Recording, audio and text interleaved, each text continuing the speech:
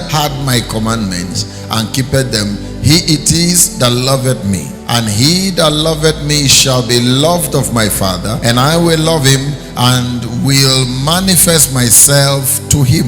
That is the love of God. He gave it to us so that we can give it back to him. The love of God is not in what you feel, it's beyond what you say. I feel so blessed in those moments of emotions. But beyond that, your action. How far can you go for God? How much can you discomfort yourself? How much pressure can you take for God? How much suffering can you go through for God? How much sacrifice can you give to God? How much are you willing to inconvenience yourself for God? That is where your love is.